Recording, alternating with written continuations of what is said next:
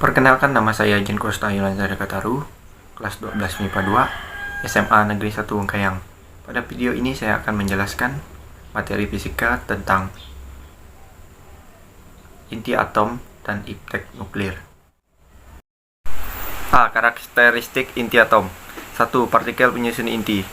Inti atom tersusun atas proton dan neutron. Proton merupakan partikel bermuatan positif, sedangkan neutron merupakan partikel tidak bermuatan. Di luar inti atom terdapat kulit yang terdiri atas elektron.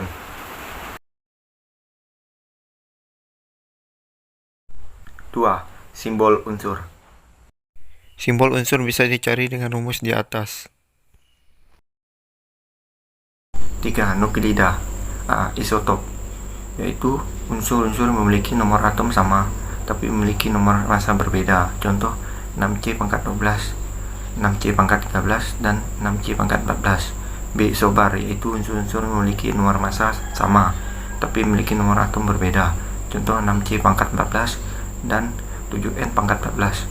C. Isoton, yaitu unsur-unsur memiliki jumlah neutron A sampai Z sama tapi memiliki nomor atom berbeda. Contoh 6C⁻13 dan 7N⁻14.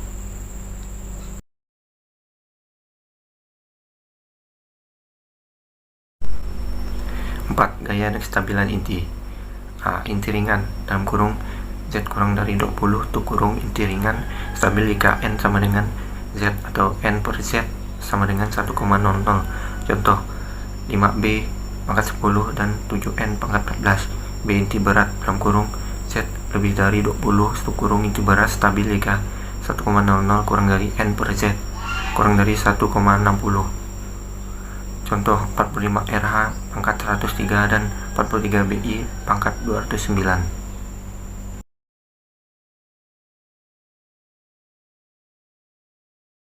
5. Energi ikat inti. Massa total inti atom ternyata lebih kecil daripada massa partikel penyusunnya. Hal ini menunjukkan bahwa pada pembentukan inti ada sejumlah massa proton dan neutron yang hilang. Massa yang hilang berubah menjadi energi yang mengikat proton dan neutron menjadi inti atom. Energi ini disebut energi ikat inti.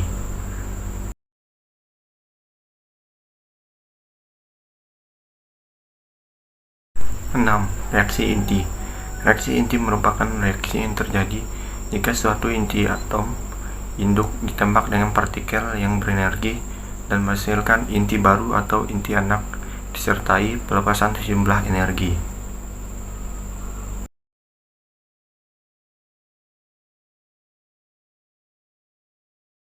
A. Reaksi fusi. Reaksi fusi adalah reaksi penggabungan beberapa inti ringan menjadi inti yang lebih berat yang disertai pemancar. Reaksi fusi merupakan reaksi yang terjadi pada bintang atau matahari dan bom hidrogen. B. Reaksi fisi. Reaksi fisi adalah reaksi pembelahan inti atom berat menjadi inti atom baru yang lebih ringan dan disertai dengan pelepasan energi. Reaksi fisi yang terjadi secara beruntun disebut juga reaksi berantai sehingga menghasilkan energi besar.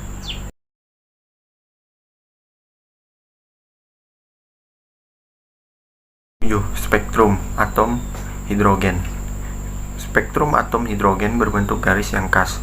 Pada tahun 1845, John Jacob Balmer menemukan perumusan secara empiris tentang panjang gelombang pada garis spektrum atom hidrogen.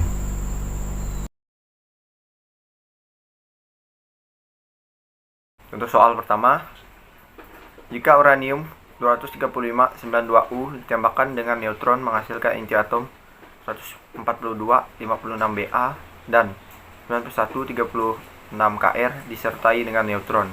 Berapa banyaknya neutron yang dihasilkan dalam reaksi tersebut? Jawab. Diketahui persamaan reaksi inti 235-92U ditambah 10N menjadi 142-56Ba ditambah 9136Kr ditambah X10N. Ditanya X sama dengan penyelesaian. 235,92U ditambah 10N menjadi 142,56BA ditambah 91,36KR ditambah X 10N. Hukum kekekalan nomor massa.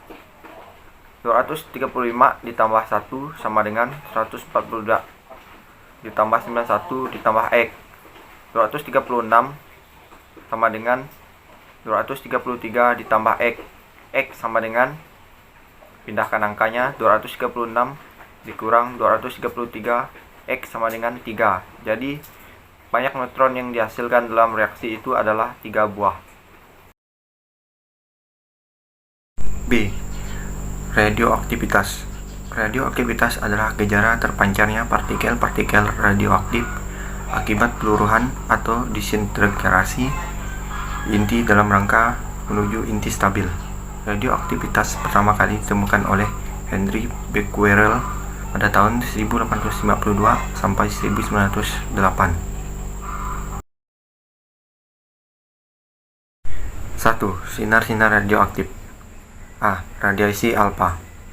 Radiasi alfa terbentuk saat suatu unsur radioaktif memancarkan partikel alfa dan membentuk unsur baru dalam proses yang disebut peluruhan alfa atau alpha Desi. Sinar alfa mempunyai sifat-sifat sebagai berikut. 1. Sinar alfa merupakan inti atom helium yang bermuatan positif. Besar muatannya 2 kali muatan elektron sama dengan 2 kali 1, 6 kali C, dan masanya kurang lebih 4 SMA. Sinar alfa memiliki 4 nukleon, 2 proton, dan 2 neutron. 2. Dapat menghitamkan pelat film yang dilewatinya. 3. Dapat membelok di dalam medan listrik dan medan magnet. 4. Memiliki daya ionisasi saling kuat dibanding sinar radioaktif lainnya. 5. Memiliki daya tembus paling lemah di antara sinar radioaktif lainnya. 6. Berjangkauan beberapa sentimeter di udara dan milimeter di dalam logam. 7. Laju di udara kurang lebih 0,054 C sampai dengan 0,07 C. B. Radiasi beta. Inti tidak stabil yang memiliki jumlah neutron lebih banyak daripada jumlah protonnya akan memancarkan partikel beta. Sifat-sifat sinar beta sebagai berikut. 1. Sinar beta merupakan elektron berenergi tinggi, berasal dari inti atom, bukan dari kulit atom, dan bermuatan sama dengan 1,6 kali C. 2. Dapat membelok dalam medan magnet dan medan listrik. 3. Daya tembusnya lebih kuat dari daya tembus sinar alfa, tetapi daya ionisasinya lebih lemah dibanding sinar alfa. 4. Laju di udara kurang lebih 0,32 C sampai 0,9 C. 5. Jangkauan di udara dan logam lebih jauh dibanding sinar alfa. C. Radiasi gamma. Sinar gamma merupakan radiasi gelombang elektromagnetik yang dipancarkan oleh inti atom tereksitasi. Inti yang memancarkan sinar gamma memiliki nomor massa dan nomor atom tetap. Sifat-sifat sinar gamma sebagai berikut. 1. Sinar gamma tidak bermuatan listrik sehingga tidak membelok dalam medan listrik maupun dalam medan magnet. 2. Memiliki daya tembus paling kuat tetapi daya ionisasi lebih lemah di antara sinar radioaktif yang lain. 3. Sinar gamma merupakan radiasi gelombang elektromagnetik sehingga lajunya sama dengan laju cahaya. 4. Sinar gamma yang mengenai bahan dapat mengakibatkan efek fotolistrik dan hamburan Compton.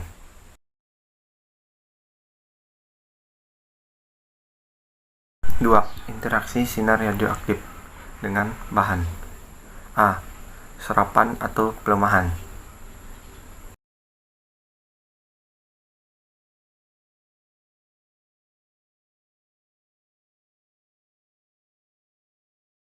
B.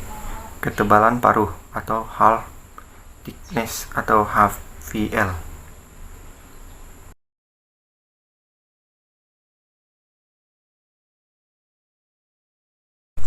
3. Peluruhan radioaktif.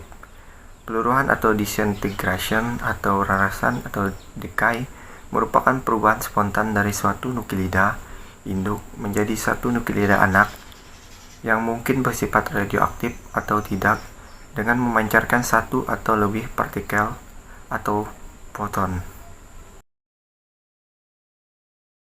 A. Aktivitas radioaktif. Proses peluruhan radioaktif akan terus berlangsung hingga dihasilkan inti yang stabil.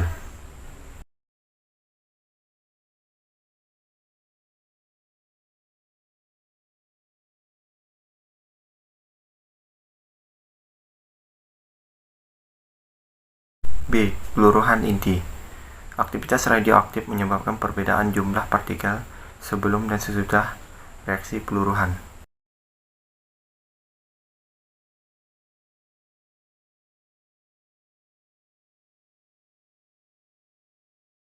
C. Waktu paruh atau half time.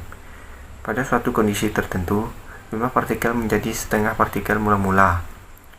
Waktu yang diperlukan dalam proses tersebut disebut waktu paruh.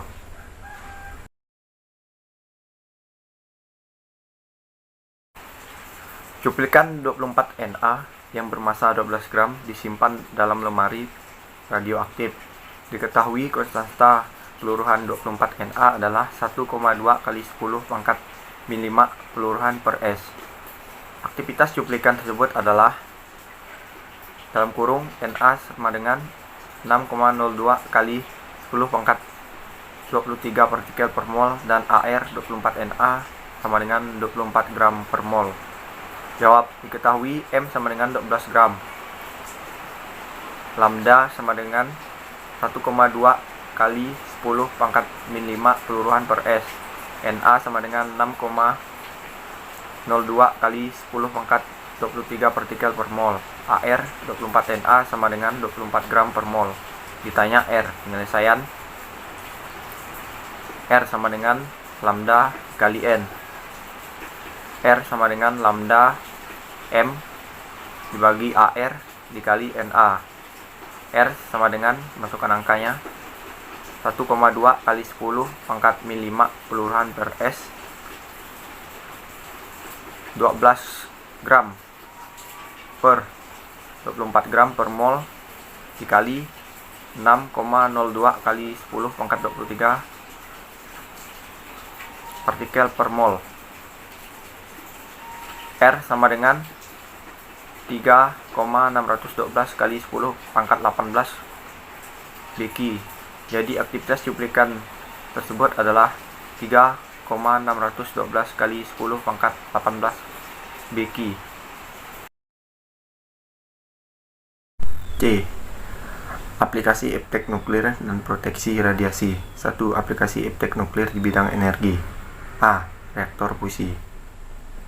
Reaksi tokamak merupakan reaktor fusi pertama buatan ilmuwan Rusia Igor Yevgenyevich Tamm dan Andrei Sakharov pada tahun 1950.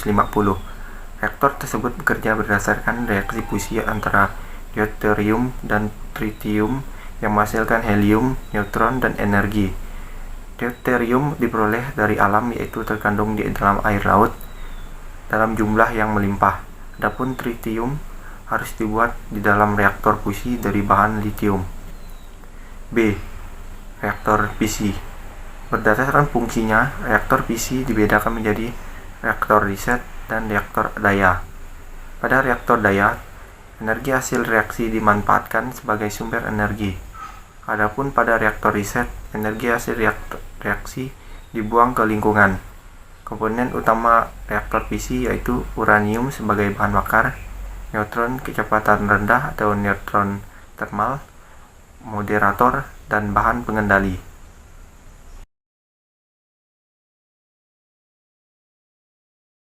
Dua. Aplikasi iptek nuklir di bidang industri. A. Penentuan homogenitas. Proses radioisotop dapat dimanfaatkan sebagai perunut dalam kegiatan industri. Kelebihan teknik perunut radioisotop ini adalah dapat dilakukan tanpa mengganggu atau menghentikan produksi yang sedang berjalan. Contohnya, pencampuran bahan-bahan dalam industri maupun untuk mengamati proses aliran di dalam pipa. B. Pengelolaan lingkungan. Teknik iradiasi elektron dapat digunakan untuk membersihkan polutan-polutan yang terlepas ke lingkungan. Gas SOx dan NOx didinginkan dengan semburan air. Selanjutnya, gas amonia ditambahkan ke dalam campuran pada tabung bereaksi. Campuran tersebut diiridiasi dengan berkas elektron sehingga energinya bertambah.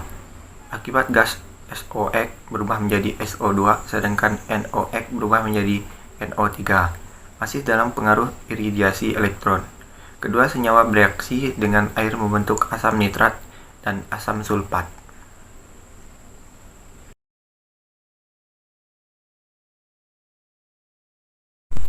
Tiga. Aplikasi iptek nuklir di bidang hidrologi. A. Penentuan gerak sedimen.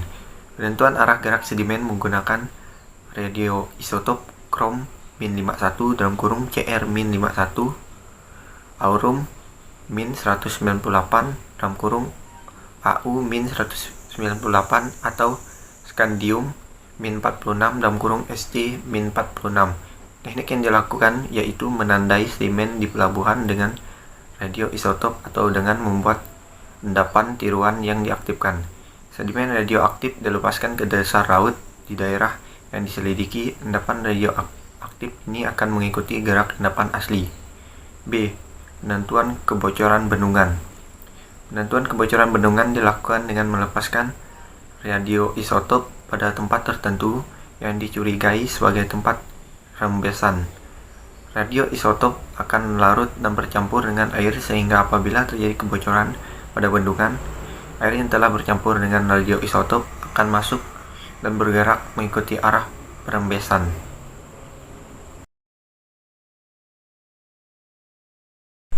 Empat. Aplikasi iptek nuklir di bidang kesehatan. A. Radioterapi. Tindakan medis menggunakan radiasi pengion untuk mematikan sel kanker sebanyak-banyaknya dan berusaha meminimalkan kerusakan pada sel normal. Tindakan terapi ini menggunakan sumber radiasi tertutup melalui pemancar sinar gamma atau pesawat sinar X dan berkas elektron. Terdapat dua teknik dalam radioterapi, yaitu teleterapi atau sumber eksternal dan brachytherapy atau sumber internal. Pada teleterapi, posisi sumber sinar gamma energi tinggi berasal dari kobalt -60 (Co-60). Adapun pada brachytherapy, sumber radiasi yang digunakan pada brachytherapy antara lain yodium -125 (I-125), radium -226 (Ra-226), strontium -89 (Sr-89), samarium -153 (Sm-153), dan yttrium -99 (Y-99). B. Kedokteran nuklir. Kedokteran nuklir merupakan cabang ilmu kedokteran yang menggunakan sumber radiasi terbuka dan disintegrasi inti radionuklida buatan radiofarmaka untuk tujuan diagnostik, terapi, dan paliatif, penghilang rasa sakit. Pemeriksaan kedokteran nuklir bermanfaat dalam diagnostik penyakit misalnya jantung koroner, kelenjar gondok, gangguan fungsi ginjal, menentukan tahapan penyakit kanker dengan mendeteksi penyebaran pada tulang dan mendeteksi pendarahan pada saluran pencernaan makanan serta menentukan lokasinya.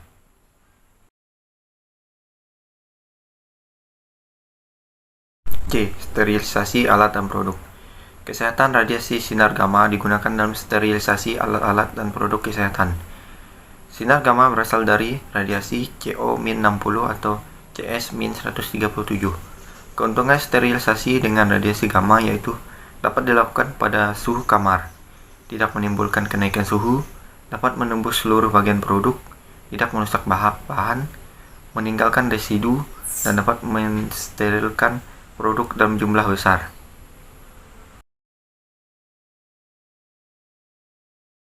5. Aplikasi iptek nuklir di bidang pangan. A. Pengendalian hama dengan teknik serangga mandul atau TSM. Serangga pada stadium pupa diiradiasi sinar gamma sehingga menghasilkan hama jantan mandul. Selanjutnya, hama jantan mandul dilepaskan ke lahan pertanian untuk bersaing dengan serangga hama di lapangan. Perkawinan antara hama jantan mandul dengan betina normal menghasilkan telur tanpa embrio atau tanpa keturunan. B. Efisiensi pemupukan. Studi pemupukan tanah dan tanaman dapat dilakukan dengan mengaplikasikan teknik isotop, baik isotop yang bersifat stabil maupun isotop yang bersifat radioaktif.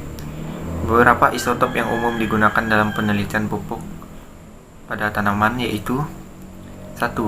Nitrogen -15 (N-15) untuk menentukan efisiensi penggunaan pupuk nitrogen. 2. Fosfor -32 (P-32) untuk menentukan efisiensi penggunaan pupuk fosfat. 3. Seng -65 (Zn-65) untuk menentukan serapan Zn dalam tanaman.